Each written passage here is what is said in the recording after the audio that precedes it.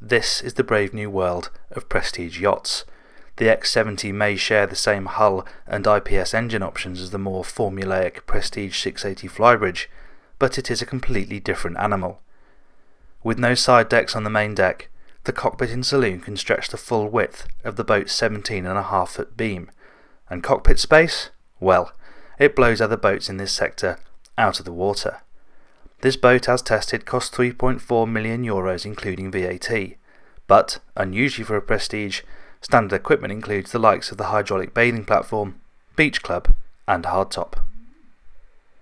Now, though this boat shares a hull with the 680 and it also uses IPS pods, it feels quite different to drive. It's a heavier boat. It's about 45 tons loaded, and you feel that in the way it takes the water. It pushes through with real confidence, but it is more lethargic from the helm and it does tend to wallow more. There's more weight higher up on this boat, so it's slow speed in a swell like we've got today. We've had about a 1.5 metre swell.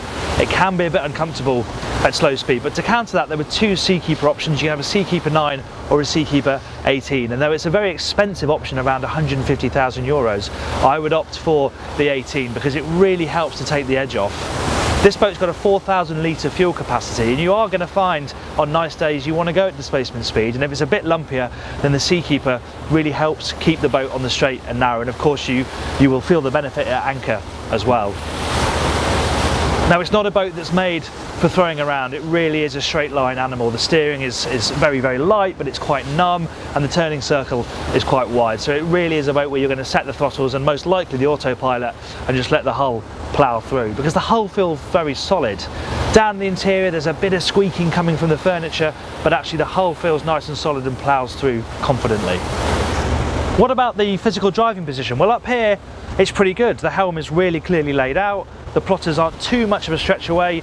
All touchscreen, of course, completely configurable. I've got the chart plotter and the engine information here, but you can have the radar on here if you preferred. We've got a bank of rocker switches here to control the things that you use most regularly, and the throttle and the joystick both come to hand quite easily, and there's an adjustable wheel as well, so you can move that around if you need to. This seat, very comfortable. It is adjustable, though to slide it you have to undo a twisting mechanism, slide it and then do it up again. It would be easier if it was a proper sort of ratchet slide, but that's a small complaint. And it's nice to see that you've got a proper cup holder, and that's the horn, and you've also got a little area here that you can chuck phones and loose items. Let's talk about performance. There are two engine options on this boat. You can either have IPS 1200 or IPS 1350. 1200 has 900 horsepower per side and 1350 is 1000 horsepower per side, and personally I would opt for the larger engine option. The cost increase is negligible, and really you're going to want that extra oomph because, as I've already said, this is a heavy boat. This boat hasn't even got a tender on it and sort of cruising kit that you might add if you were running this boat on your own. So I think really you're going to want that extra horsepower just to help the boat get out of troughs, just give you a bit more power when it chops up a bit. Top speed with the engines we've got, the 1350s, 28 knots. Cruising sweet spot is about 20 knots, where the boat's consuming around 220 litres an hour, giving you a range of around 350 nautical miles. Let's have a closer look at this rather novel deck arrangement then, shall we? I mean, this boat may share a hull with the 680, but from there upwards it's very, very different, and it feels a completely different boat once on board. And the other thing that Prestige has done with this range, in wanting to compete with the higher end brands Sunseeker, Princess, Azimuth, Ferretti, they want to include a more comprehensive standard spec. So for example, this hydraulic bathing platform is a standard feature. It's not an option. You have steps built into it as well, so when it drops you get a stairway down into the water. The beach club is standard. The cushions are extra, but the folding platform is standard, and you also have a Fusion stereo system in there, a waterproof speaker system in there, so you can have some music down here. The other thing you have is an overhead shower, so that slots in there, comes up overhead, so you have a proper stand-up shower. It would be quite nice to have a deck shower as well if you don't want to go to the hassle of installing that, but still it's a nice option to have. And then as you move up into the cockpit, this is where you really notice the difference on this boat. A traditional Flybridge boat would be maybe 80% interior on the main deck and 20% exterior. This is pretty much 50-50, 50% cockpit space, 50% saloon space. And the other thing about this area is it's completely modular. You can change the position of the furniture. Yes, it's fixed, but when you're speccing the boat, you can put it in any position you want, really. This island comes as standard, but you can delete it if you want and just have a bit more open space here. Alternatively, you could move this table inside the saloon, and then you have the island a bit further forward. And what is quite nice is that both of these are just weighted, so you can lift them off, you can move them around on this area, or you can lift them up and put them at the end of the sofa to become armrests. So that's quite a flexible addition. What else? We have a nice low slung seating on either side. There's storage under here, 4 sea bobs, one on each side as well, so they tuck away under there. Same over on this side. We'll just move these cushions, lift up, and there you go, there's another one. Now you have twin staircases up to the Flybridge.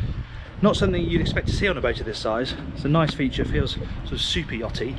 However, you can lose this staircase and replace it with a wet bar if you prefer, and that would give you the ability to serve guests from outside here. You wouldn't have to go back inside to the galley, because you can have a grill out here, a sink and a fridge, so you can serve people from out here as well.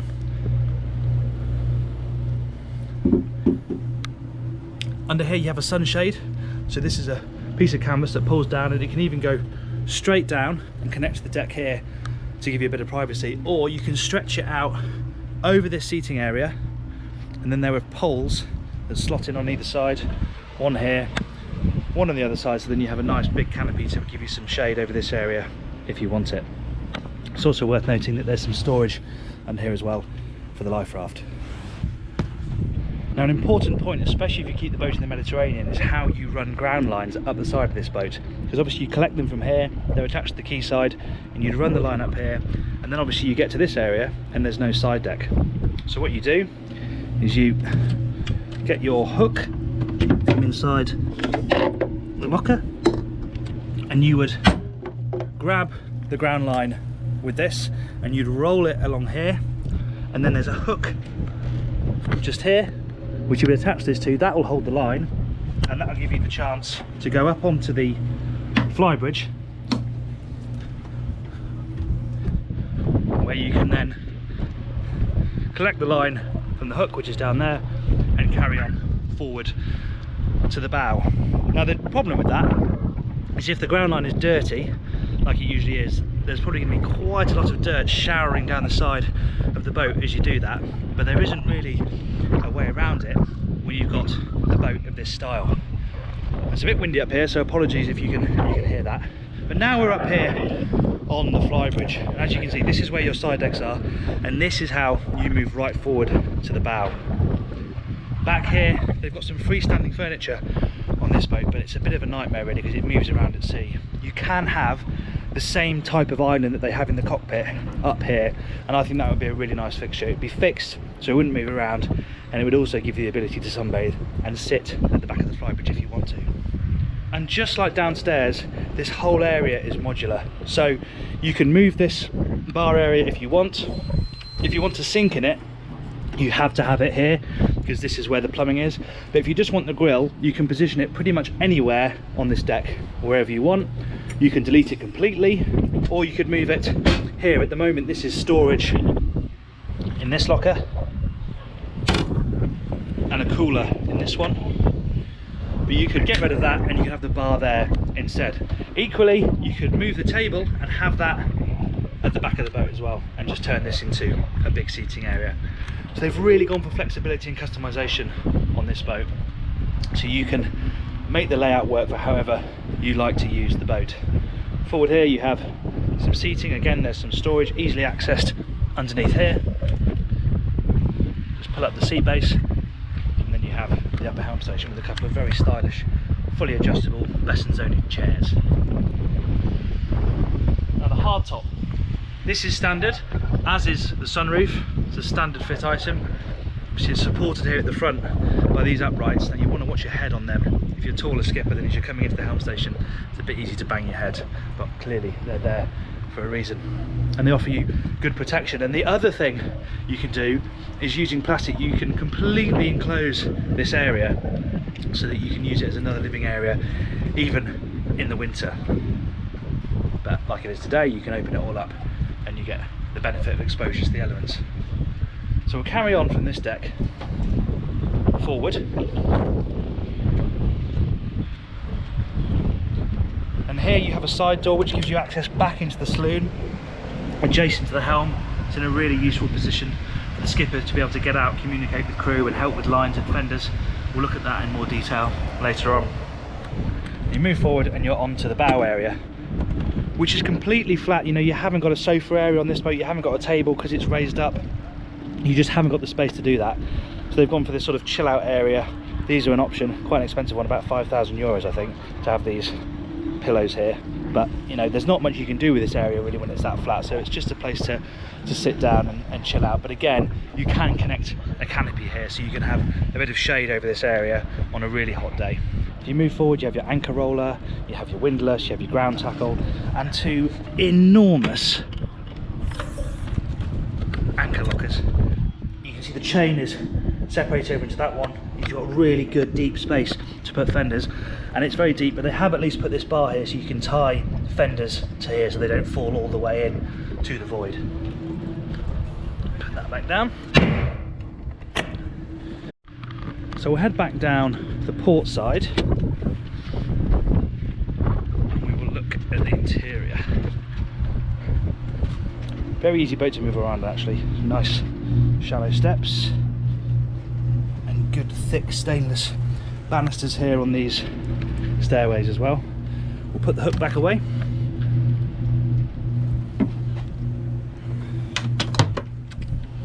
And then we will head inside. The aim of this main deck is to have one unbroken living space, so they wanted everything to merge into each other really seamlessly, so you have completely flat threshold between the cockpit and the saloon, and you have the galley amidships, which is not something that Prestige typically do. Generally they have their galleys aft, certainly on the traditional Flybridge sports cruiser lines, but they wanted to make sure that there was a great connection between the indoor and the outdoor, so they've put the lounge aft on this boat, and actually it works really, really well. And you also notice that greater attention to detail and the focus on quality, you really do notice that in here. There's little things like the fact the furniture is of a really high standard, really good to look at. It's imported from Italy, it's not made in the factory. They've really worked to try to elevate how things look and feel. Even down to the fact that you've got this sort of relief pattern here on this galley unit, and there's backlighting in there as well. You know, you haven't just got plain pieces of timber here. They're interesting, they're better to look at, and you have electronic blinds as standard. The other thing you have in here is electric windows. Again, these are a standard feature, so you can drop these down. You have them on both sides, so you can get some natural breeze flowing through here without having to resort to the air conditioning. And you also have, because of the side door, you have some breeze coming in forward as well. Another thing you have, as I said, is electric blinds. So you have a control, and then you can just push a button and they all come down on both sides. And you can also adjust their angle, so you can put them right down and then open them a bit as well.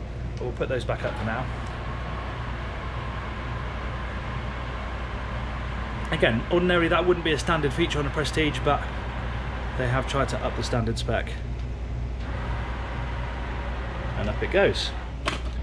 And another nice addition back here is an extra little Raymarine MFD just inside the door.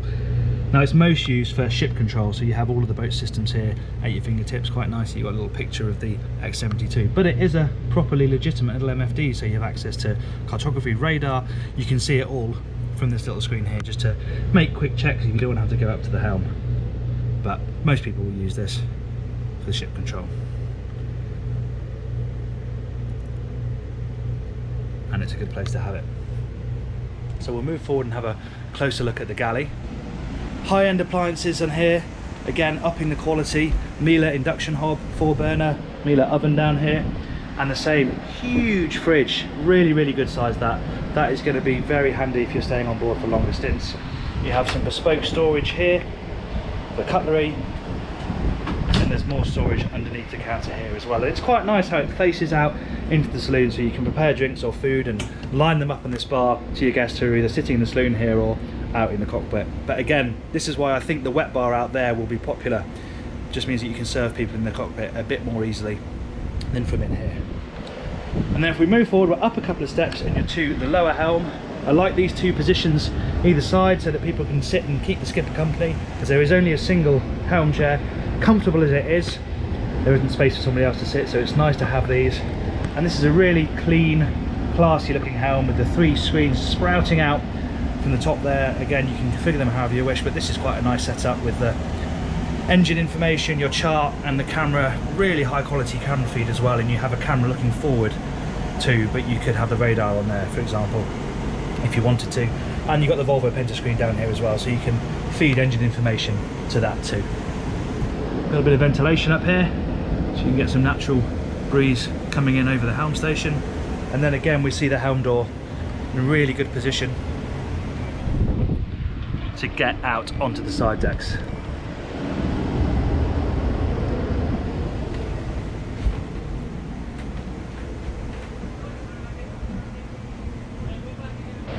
Now, accommodation is split on this boat, and the master cabin is here forward on the main deck in a similar layout to the 680, but it is a little bit different in here. You have this intrusion overhead because of the helm station being overhead, but actually headroom is really good around the end of the bed, so it only sort of drops down in a place where you'd be sitting anyway, sitting at the end of the bed, so you can move around in here really comfortably. Really lovely thick carpet, flat floor as well, so it's easy to move around on. Lots of storage dotted along here. You have a little sofa here and a bureau as well, which is quite a nice touch. And then a huge walk-in wardrobe for this size of boat, with a variety of storage options and a safe. That's quite a luxurious touch. And a very, very pleasant bathroom. Nice finish in here as well. And you have a separate shower cubicle with a rain shower fitting. Headroom equally good in here, plenty of space above my head as a 6-footer.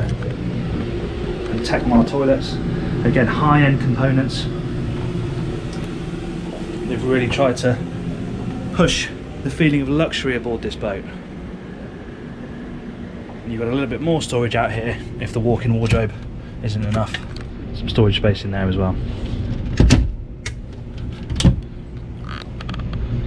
Come back up through here, there's more storage on the right hand side. You also have a wine fridge on the way through, and that means that guest accommodation is down here off the saloon to starboard. You wind back on yourself, and actually the staircase is in a different position to on the 680, so they've managed to get more space in this VIP cabin. On the 680 the staircase gobbles up a bit more room over on this side, but they've managed to rework it, so now you get the bureau facing out through the window, and you have this wardrobe on this side as well. This is a really luxurious cabin. Guests will be very, very happy in here. This is en suite, not quite as spacious as the master, but still very nicely finished, and also has a separate shower cubicle of its own. Now this boat's got the 4-cabin layout, so it's got 2 twins opposite, and you can actually put a section down here and slide these berths together.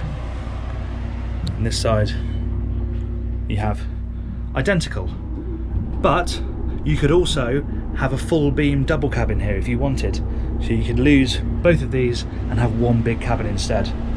Depending on how you use the boat, how many guests you tend to have, that's a nice option to have. And this twin, it isn't en suite, but it's right next door to the day heads here. So this is the toilet that the guests will come down and use in the day. Very close to this cabin. Okay, we head back up onto the main deck.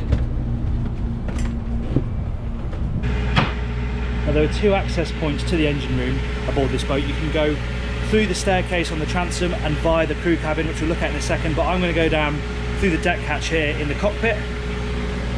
Nice ladder to climb down. Now I apologise, the generator's on, it has to be, to keep the Seakeeper running because they're going back out to sea. So I'm sorry if the sound isn't great, but hopefully you can get the idea. This is a really fantastic engine room. Headroom is really, really impressive. And it's very clean, very well organised, and very easy to get to everything. This has got the largest IPS 1350s. The pod drives are under here. You have to get to them through the floor in the crew cabin. You have the fuel tanks on either side. Nice that you have sight gauges as well, so you can see the fuel level. Twin Raycor fuel filters here, which you can switch over, so if one's blocked you can automatically switch over to another one, so you can keep the fuel going through the system. And it's nice that they've stacked the generator and the Seakeeper on top of each other. They're out the way, easy to get to though as well. And that's the ladder, which you can actually take out, so you can remove the ladder to give you better access to the Seakeeper. But it's a really nice surprise down here, not only in how neat and tidy it is, but also the amount of space. And the other point to note is that you can get through to the crew cabin from here. Through this door, push that open, and you're into the crew space. Turn some lights on. So here is the door that's set into the steps at the transom. And then through here, well, this is the cabin itself. It's full of stuff at the moment, apologies for that, but you can get an idea of the space. And from here the crew have excellent access into the engine room. Thank you very much for watching our review of the Prestige X70. I hope you enjoyed it. If so, please do give us a like, and please subscribe and hit the bell icon so you're alerted every time we upload a new video. Thanks very much for watching.